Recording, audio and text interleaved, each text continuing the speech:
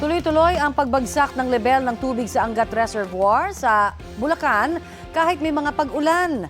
150.85 meters ang panibagong historic low ng Angat na naitala po ng Pag-asa sa nakalipas na 24 oras.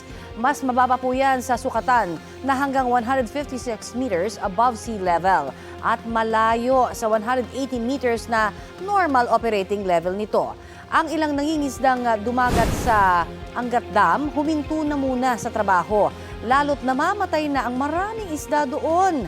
Ayon sa Pag-asa, 60 million cubic meters na lamang ang tubig sa Angat Dam ngayon.